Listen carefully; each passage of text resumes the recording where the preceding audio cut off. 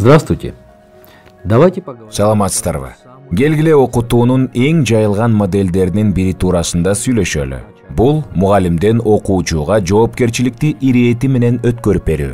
Моделдин маңызы жана логикасы абдан жөнөкөй. Башында мугалим окуучуларга бул көндүм иш жүзүндө кандай колдонула тургандыгын көргөзүп берет. Андан кийин ал акырындык менен окуучуларды процесске тарта баштайт. Жыйынтыктоочу этапта аларга жаңы үйрөнгөн көндүмдөрүн өз алдынча пайдаланууну сунуштайт.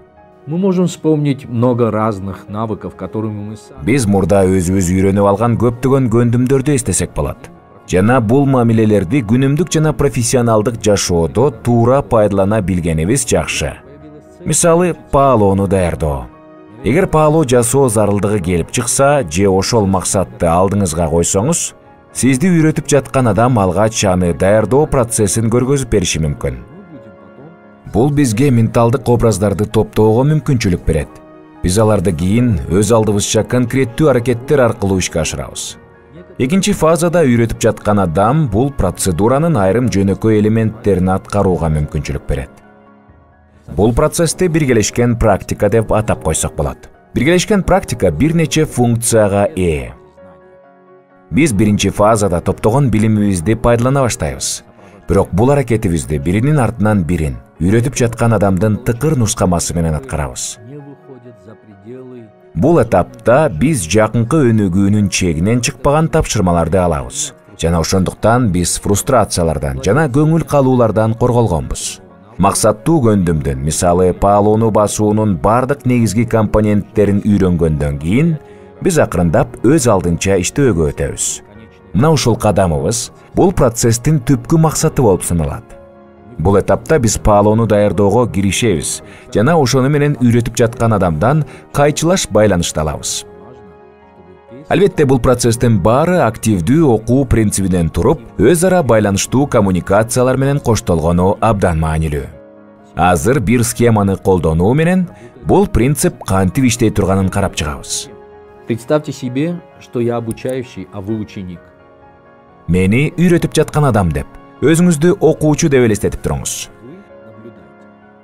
Биринчи этапта мен баарын жасайм, а сиз карап турасыз. Андан кийин мен жасайм.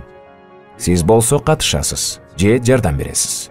Андан кийин сиз жасайсыз, а мен жардам берем жана кайчылаш байланышты берем. Анан бул процесс аяктаарда сиз бардыгын жасайсыз, а мен байкап турам жана баалайм. Көрсө бул ыкманы окууга үйрөтүү учурунда дагы натыйжалуу колдонсо болот экен. Бул процесстин башталышында негизги жоопкерчиликти мойнуна алган алдыңкы субъект болуп мугалим саналат. Бул окуучу толугу менен пассивдүү болот дегенди түшүндүрбөйт. Акырындап ирэти менен окуучунун катышуусу улам интенсивдүү болуп баштайт жана окуучу активдүү субъект болгон этапка жетет. Бул учурда мугалимдин көндүмдү колдонуудагы кийлигишүүсү минимумга чейин азайтылат. До этапа, когда ученик становится активным субъектом. В этом видео мы рассмотрим. Бул видеодо биз бардык окуунун 4 негизги формасын көрүп турабыз. Ар бир этапта колдонулган баарынан натыйжалуу элементтерди сүрөттөп беребиз.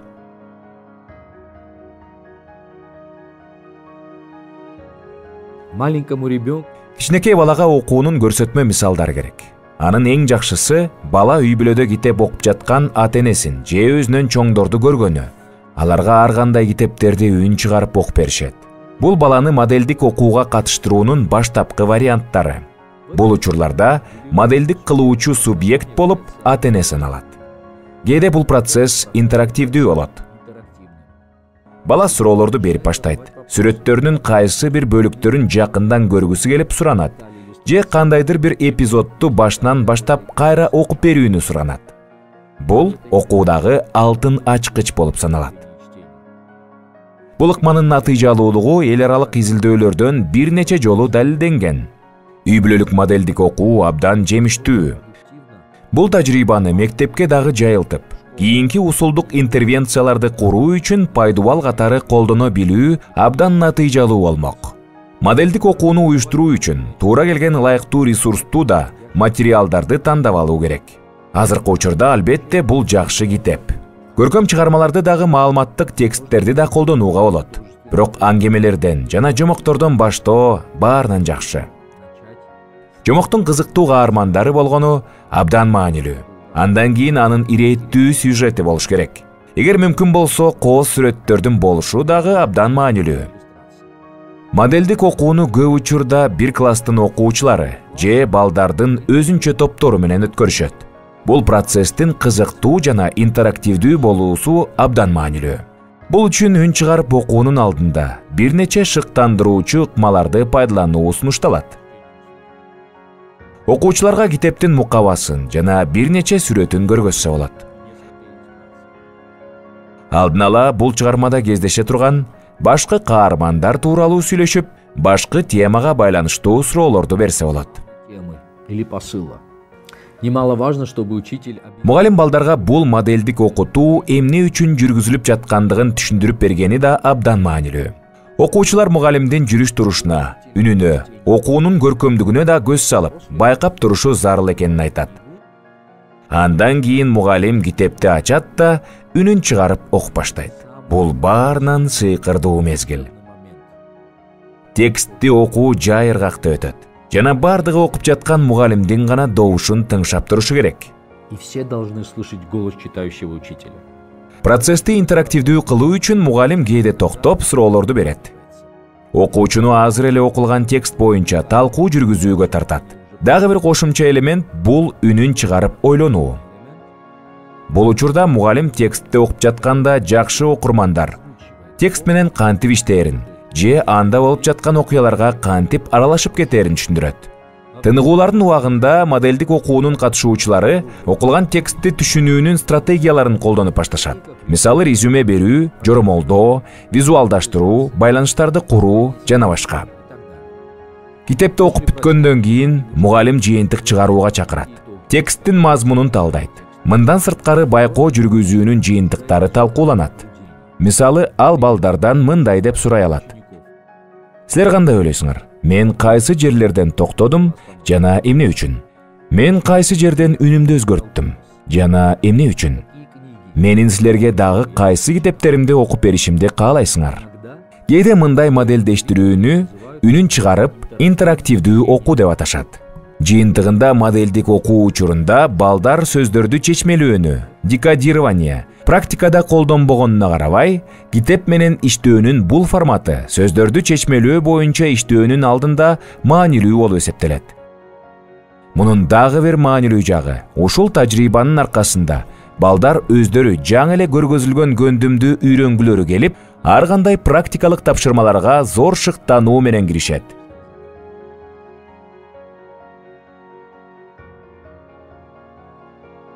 Биргелешип окуу өз алдынча окууга өтүүчү звено болуп эсептелет.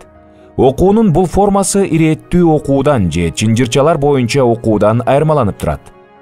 Биргелешип окуу учурунда балдар текстти жана сүрөттөрдү сөзсүз түрдө жакшы көрүп турушу керек. Ошондуктан биргелешип окуу үчүн чоң форматтагы китептерди же тексттерди колдонушат. Андагы тамгалар чоң болуп жазылат жана бул үчүн доска же чоң кагаз колдонулат. Өзгөчө текст тиешелүү татаалдыкта болуп, чечмелөө үчүн өтө кыйынчылык туудурбаган сөздөрдөн турганы абдан маанилүү. Анткени аларды балдар мугалим менен бирге окушат.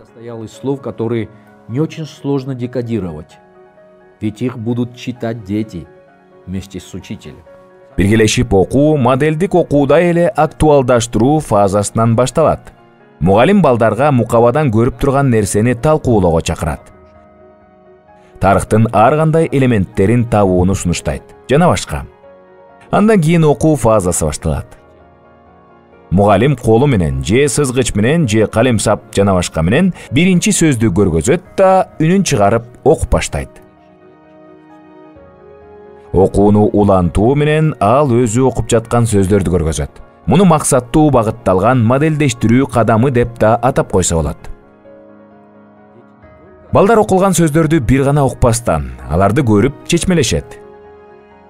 Биргелешип окуунун башкы этабы мугалим балдарды ошол эле текстти, аны менен чогуу окууну суранган учуру. Мугалим бул сөздү кайра көргөзөт. Бирок бул жолкусун алар чогуу окушат. Но в этот раз читают все вместе. Алгач бул кичинекей сүйлөмдөр, бирок акырындап бир жолку окулган тексттин узундугу көбөйө берет. Албетте бул процесске окуп жаткан тексттин маанисин талкуулоо аркылуу түшүндүрүүнү да киргизүү керек. Ал менен бирге түшүнүүнүн башка стратегияларын колдонуу зарыл. Стратегии понимания. Существует несколько вариаций совместного чтения. Биргелешип окуунун бир нече вариациясы бар. Мугалим биринчи тексттин бир үзүндүсүн окуп туруп, ага жооп катары окуучулар ошол эле үзүндүнү окуганды биз жаңырык окуу деп атайбыз. Мугалим окуучулар менен бирге окуп баштаган учур бул хор менен окуу. Ал эми мугалим балдардын тобунан сунушталган текстти ирети менен окууну суранганда, биз топтогу биргелешип окуу туурасында айтып жатабыз. Бул процедураны бир класс менен чогуу өткөрсө болот. Жана мындай учурда амфитеатр түрүндөгү орунду камдап алуу керек. Ошондой эле окуучулардын кичинекей тобу менен иштөөгө болот. Бул убакта башка балдар башка тапшырмаларды аткарып турушат. Кээде бул форматты сындашып, балдар чындап сөздөрдү чечмелөө, декодирование менен алектенген жок деген пикирлерди айтып жүрүшөт. Алар мугалим окуп берген текстти жөн гана эстеп калышат да, аны декодациялоонун эч кандай техникалык көндүмдөрүн колдонбой туруп эле, оңой эле кайталап айтып коюшат деп эсептешет. Ага жооп катары айтарыбыз. Бул процессте эң башкысы тексттеги сөздөрдү чечмелөө, башкы максат эмес экенин, китеп менен иштөөдө бардыгы биригип катышуусу. Айрым окуучулар үчүн бул процессте психологиялык тоскоолдукту жана өзүнө ишенбөөчүлүктү жеңип чыгуу маанилүү. Башкалар үчүн бул декодациялоо, сөздөрдү чечмелөө көнүгүүсүнө катышуу. Алар зор кызыгуу менен жана көңүл буруу менен мугалимдин артынан ээрчип окушат жана жазылган сөздөрдөгү коддорду ачууга аракет кылышат. Үчүнчү топ үчүн китептин өзүнүн базалык элементтери менен таанышуу маанилүү. Мисалы анын мукабасы, аталышы, тексттин багыты, пунктуация жана башкалар. Биргелешип окуу бул көп кездешкен сөздөрдүн визуалдык образын эстеп калуунун эң мыкты ыкмасы. Биргелешип окуу алипеге чейинки мезгилде башталуусу абдан маанилүү. Жана биринчи класстын биринчи жарым жылдыгынын аягына чейин уланышы керек. Биргелешип окуу дуалда илинип турган сөздөр менен мыкты айкалышат. Балдарга биргелешип окуган тексттеги сөздөр дуалда илинген карточкада жазылган сөздөрдөн кездешкен учуру өзгөчө жагат. Помещенными на стене.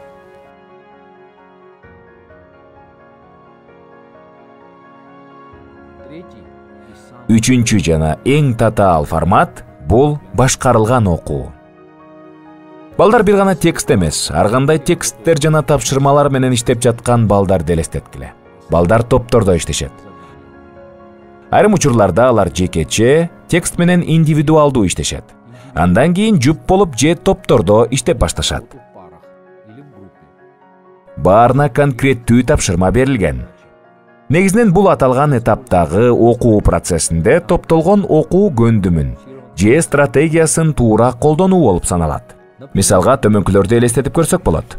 Топтордо окуучулар ар кайсы китептерди окуп жатканына карабай, аларга берилген тапшырма кичинекей главаларга резюме берүүнү жана алардын башка идеяларын аныктоону талап кылат. Окуучулар топто иштөөнү баштаардын алдында мугалим балдарга чакан сабак өткөн. Анда окуучуларга текстти түшүнүүнүн максаттуу стратегиясы туурасында түшүндүрүп берген. Ал тексттин бир бөлүгүнө резюме берүү көндүмүн конкреттүү мисал менен көргөзүп берет жана үн чыгарып ойлонууну колдонот. Бул менен окуучулардын көрүнбөгөн процесстерди визуалдаштырууну үйрөнүүсүнө түрткү берет. Ар бир жакшы окурман мындай учурларда визуалдаштыруу колдоно тургандыгын түшүндүрөт. Ошондой эле мугалим биргелешкен практиканы жүргүзөт. Анда бир нече окуучу катышат. Бирок 5 минуттадан 15 минуттага чейин созулган бул чакан сабак бүткөндөн кийин ал топтордогу башкарылуучу окууга киришет. Сабактарды пландаштыруу убагында мугалим бир нече маанилүү чечимди кабыл алат. Окуучуларды алардын окуу деңгээлин эске алуу менен кантип топторго бөлүү керек? Тапшырма түрүндө түшүнүүнүн кайсы стратегиясын тандоо керек? Ар бир топ үчүн кандай тексттерди тандоо керек? Тандалып алынган тексттерге кандай тапшырмаларды жана көнүгүүлөрдү бекитип берүү керек? Ар бир топко өзгөчө буга муктаж болгон топторго кандай максаттуу жардамды көргөзүү керек? Эң башкысы, ар бир окуучу адекваттуу тексттерди жана тапшырмаларды алышы керек. Алар өзүнүн окуу деңгээлине ылайык келиши керек. Бул үчүн мугалим татаалдык деңгээли боюнча бөлүштүрүлгөн китептерди колдонот. Мугалим окуу процессине активдүү көз салып турат жана айрым катышуучуларга же бардык топко максаттуу колдоо көргөзүп турат.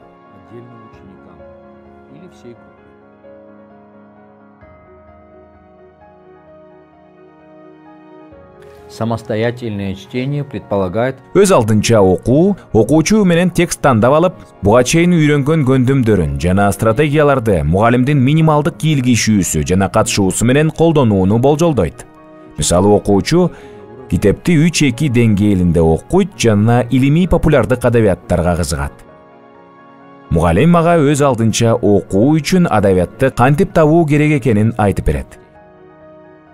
Кээде бул окуу китептеги текст болушу мүмкүн. Бирок негизинен үйдөгү, класстагы же мектептеги китепканадагы китептер тандалат. Мугалим окуучуга алынган түшүнүү стратегиясын жемиштүү пайдаланат деп ишенип тургандыгын эске салат. Бул үчүн ал окуучуга күндөлүк колдонууну сунуштайт. Бул рефлексия, классташтары менен жазышуу же талкуу учурунда керек болот. Бет ачар жазууну сунуштайт. Же өзүнүн окугандан кийин ойлорун жазуу жүзүндө билдирүүнү сунуштайт. Башкысы окуучуда аны кызыктырган текст менен иштөө стратегиясында бардык арсеналды колдонуу мүмкүнчүлүгү пайда болушу керек. Өз алдынча окуунун ар кайсы форматтарын киргизүү үчүн көп кырдуу адабияттарга, китептерге милдеттүү түрдө жеткиликтүү болушу зарыл. Обязателен доступ к многообразной литературе, книгам. В заключение отметим, что этот цикл Жыйынтыктап жатып, бул жогоруда саналып өткөн 4 формадан турган чоң цикл экендигин белгилеп кетели. Бул бир жолку болуп саналбайт. Бул жалпы окуяны көргөзүп, окуунун ирээттүүлүгүн көргөзүп жатканына карабай, муну менен бирге бул процесс өзүнчө көндүмдөрдү жана стратегияларды алууга багытталган көптөгөн циклдерден турат. Мугалим бул моделдин базасын түзгөн маанини же концепцияны ачык айкын түшүндүрүп бергени абдан маанилүү. Жана бул үчүн ылайыктуу тексттерди жана окуу ресурстарын колдонушу керек.